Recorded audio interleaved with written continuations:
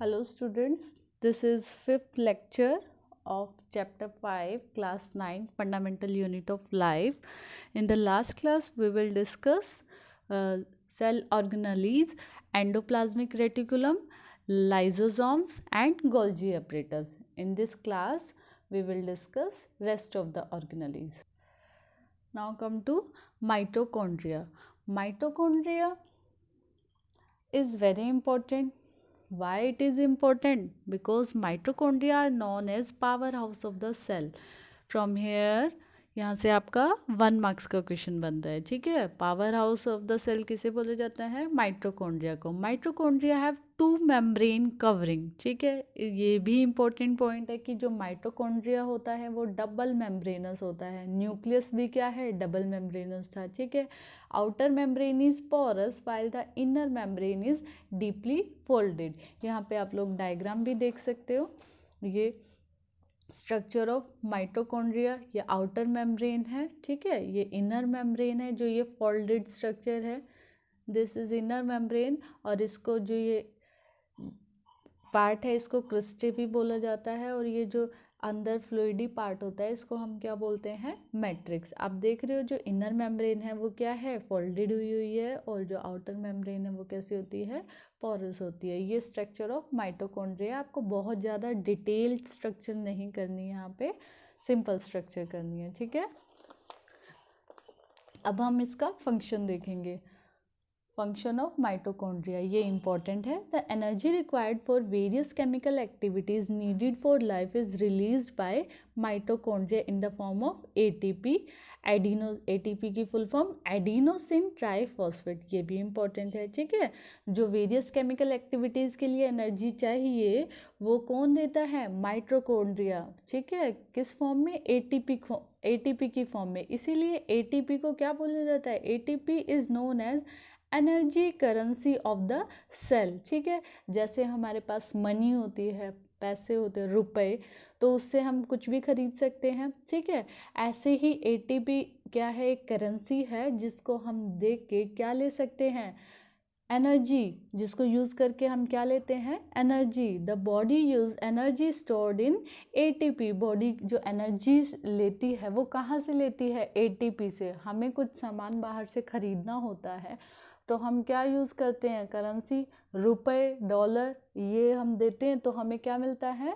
सामान मिलता है। उसी तरह से हमें अगर एनर्जी चाहिए तो हमारी बॉडी के अंदर का क्या होता है? एटीपी से हमें एनर्जी मिलती है। और ये एटीपी किसके अंदर होता है? माइटोकॉन्ड्रिया के अंदर होता है, वहीं पे बनता है, ठीक है। तो the body uses energy stored in ATP for making new chemical compound and for mechanical work, ठीक है। माइटोकॉन्ड्रिया, अब ये और इम्पॉर्टेंट पॉइंट है कि mitochondria have their own DNA and ribosomes, therefore mitochondria make some of their own protein. जिसके पास भी डीएनए और राइबोसोम्स होता है तो वो क्या कर सकता है? प्रोटीन का फॉर्मेशन कर सकता है। ये बात आप लोग ध्यान में रखना, ठीक है। मीन्स प्रोटीन के फॉर्मेशन के लिए डीएनए और राइबोसोम्स चाहिए। तो हर आप लोगों ने देखा है कि एंडोप्लाज्मिक रेटिकुलम भी तो ऑर्गेनल ही है, but they have not their own ribosomes and DNA. That's why endoplasmic reticulum cannot form their own proteins, but mitochondria have their own DNA and ribosomes, therefore mitochondria make their own protein, ठीक है। तो next organelle is plastids. Plastids क्या होते हैं? अब आप लोगों को ये यहाँ पे ध्यान रखना है कि जो प्लास्टिड्स होते हैं, plastids are present only in plant cell, ठीक है। ये सिर्फ प्लांट सेल में होते हैं, एनिमल सेल में ये नहीं होते। और ये there are 3 type of plastids: chromoplast, leucoplast and chloroplast. Chromoplast कैसे होता है? कलर्ड प्लास्टिक, ठीक है। जैसे रेड हो गया, जो फ्लावर और फ्रूट्स का कलर होता है वो किस वजह से होता है? Due to the presence of chromoplast. Leucoplast क्या होते हैं? वाइट और कलरलेस प्लास्टिड्स, ठीक है। जो भी कलरलेस प्लांट या white colour plant, flower, fruit होगा उसमें क्या प्रेजेंट होगा? ल्यूकोप्लास्ट। ये एक तरह का स्टोरेज फॉर्म होती है। ये क्या करते हैं, ल्यूकोप्लास्ट क्या करता है, जनरली स्टोर करके रखता है, ठीक है। ये अभी हम इसका फंक्शन देखेंगे। और क्लोरोप्लास्ट तो आप लोगों को पता ही होगा, ये क्या कंटेन करता है, ग्रीन कलर का पिगमेंट। ग्रीन कलर का पिगमेंट क्या, क्लोरोफिल। और क्लोरोफिल किस में हेल्प करता है, छोटी क्लासेस से पढ़ते आ रहे हो तो बताओ। तो क्लोरोफिल किस में हेल्प करता है, फोटोसिंथेसिस प्रोसेस में। फोटोसिंथेसिस प्रोसेस क्या होता है, जिसमें प्लांट अपना फूड खुद से बनाते हैं, ठीक है। Now come to functions of plastids. Chloroplast are important for photosynthesis, ठीक है। और जो क्लोरोप्लास्ट होता है, chloroplast also contain various yellow और orange pigment in addition to chlorophyll, ठीक है। तो ऐसा जरूरी नहीं है कि ये ग्रीन कलर का ही पिगमेंट कंटेन करते हैं chloroplast, they also contain yellow और orange in addition to chlorophyll, ठीक है, ग्रीन कलर पिगमेंट। और जो ल्यूकोप्लास्ट होता है, ये एक तरह का स्टोरिंग प्लास्टिड होता है। क्यों, क्योंकि ये फूड को स्टोर करके रखता है, like starch, oil and protein, ठीक है। तो बेटा जितनी भी ऑर्गेनली आप पढ़ोगे तो उसका स्ट्रक्चर के बारे में देखोगे कि कैसी होती है वो, ठीक है, और उसका फंक्शन। तो सभी ऑर्गेनली का स्ट्रक्चर एंड फंक्शन, ये दो चीज़ें आपको करनी ही करनी है, ठीक है। और 1 मार्क्स के क्वेश्चन इस तरह से आ जाते हैं कि why mitochondria is known as power house of the cell, why lysosomes called suicidal bag of the cell. तो इस तरह के क्वेश्चंस आते हैं, तो आप लोग उसी तरह से उनको पढ़िए, ठीक है। यहाँ पे एक इम्पॉर्टेंट नोट दे रखा है, क्या है ये देखते हैं। Mitochondria and plastids have their own DNA and ribosomes, hence they can make some of their own proteins, therefore they are called semi autonomous organelles, ठीक है। बेटा आप लोगों से 1 मार्क्स में यहाँ से भी क्वेश्चन आ सकता है कि what are semi autonomous organelles. What are semi, जो अपना प्रोटीन खुद से बना लें, ठीक है, उन्हें क्या बोलते हैं, सेमी ऑटोनोमस ऑर्गेनली।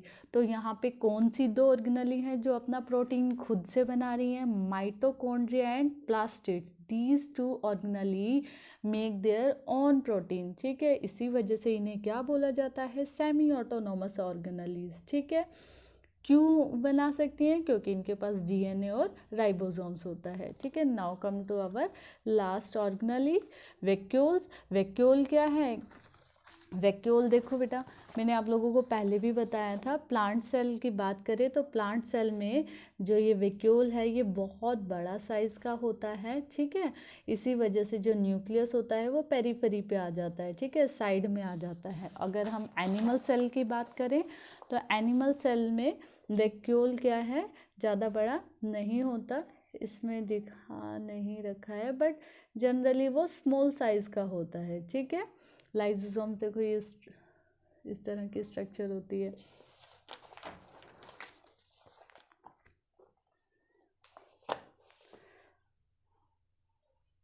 ठीक है।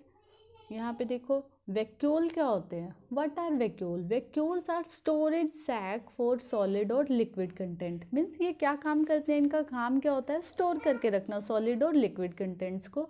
दे are small size in animal cells, अभी देखा आपने, और large size in plant cell. तो आप लोगों से क्वेश्चन भी पूछा जा सकता है, वही जिस तरह से कि क्वेश्चन में डिफरेंस आ जाता है कि प्लांट सेल और एनिमल सेल का जब डिफरेंस करते हैं तो वैक्यूल से रिलेटेड भी हम एक पॉइंट बना सकते हैं।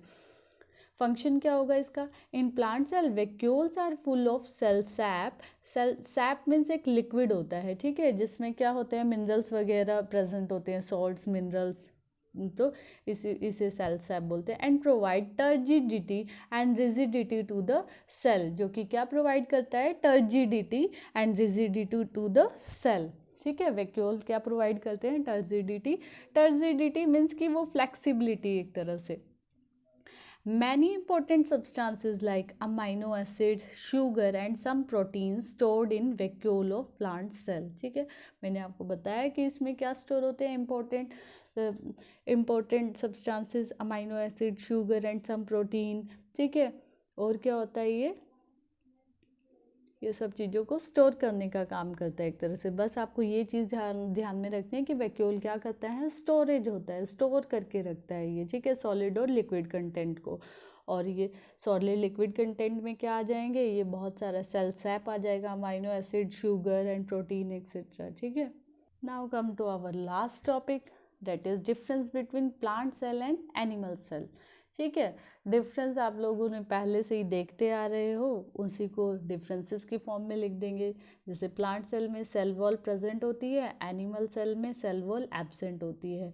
इसमें प्लास्टिड्स प्रेजेंट होते हैं, आप लोगों ने देखा था जो ल्यूकोप्लास्ट, क्रोमोप्लास्ट, क्लोरोप्लास्ट, तो वो प्लांट सेल में प्रेजेंट होते हैं, बट इसमें क्या होते हैं, एब्सेंट होते हैं। सेंट्रोजोम्स इसमें प्लांट सेल में एब्सेंट होते हैं, यहाँ पे प्रेजेंट होते हैं। वैक्यूल कैसा होता है, लार्ज साइज का होता है प्लांट में, और इसमें क्या है, स्मॉल साइज का होता है। Nucleus is present at the periphery, side में होता है प्लांट सेल में, वैक्यूल की वजह से वो साइड पे आ जाता है। और एनिमल सेल में क्या है, nucleus is present in the centre, ठीक है बेटा। तो हम लोगों का ये चैप्टर कंप्लीट हो गया है। तो थैंक यू स्टूडेंट्स।